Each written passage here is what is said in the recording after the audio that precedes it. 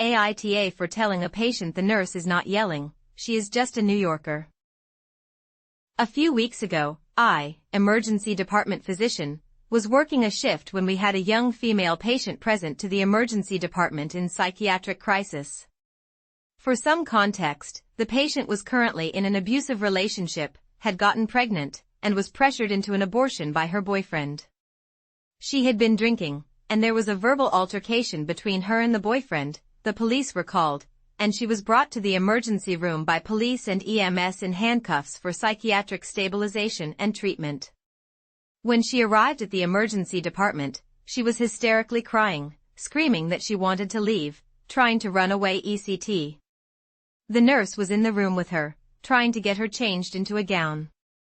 I walk in and start trying to verbally de-escalate the patient and figure out what's going on. The patient immediately starts splitting, which is the medical term when an individual, usually with borderline personality disorder, views people in extreme, black and white terms. Either all good or all bad. She hated the nurse and loved me. She started complaining to me about the nurse, accused the nurse of yelling at her and being mean to her. This nurse always speaks loudly, and I could see how someone would think that she is yelling, but it is really just how she talks. I replied, saying something like, "We are all here to help you. She is not yelling, she is just a New Yorker.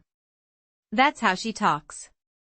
After I said this, the nurse looked at me, rage in her eyes, and said, "Why would you King say that?"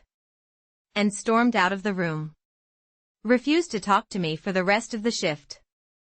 Anyway, I apologized to her and said I was just trying to make light of the situation and did not mean to hurt her feelings.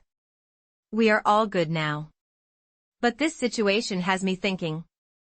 AITA for saying to a patient that the nurse is not yelling, she is just a New Yorker?